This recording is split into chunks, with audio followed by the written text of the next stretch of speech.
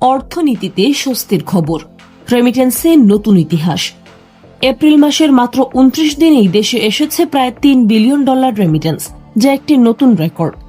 প্রতিদিন গড়ে এসেছে প্রায় $10,35,00,000, যা আগের যে কোনো সময়ের চেয়ে বেশি প্রবাহ নির্দেশ করছে।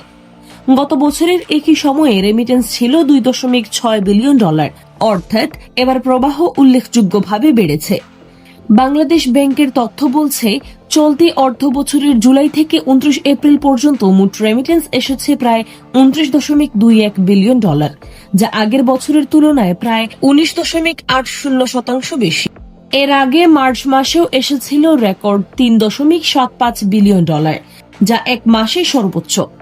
বিশেষজ্ঞদের মতে, প্রবাসীদের এই বৈদেশিক আয় দেশের রিজার্ভ ও সামগ্রিক অর্থনীতিতে বড় ভূমিকা রাখছে।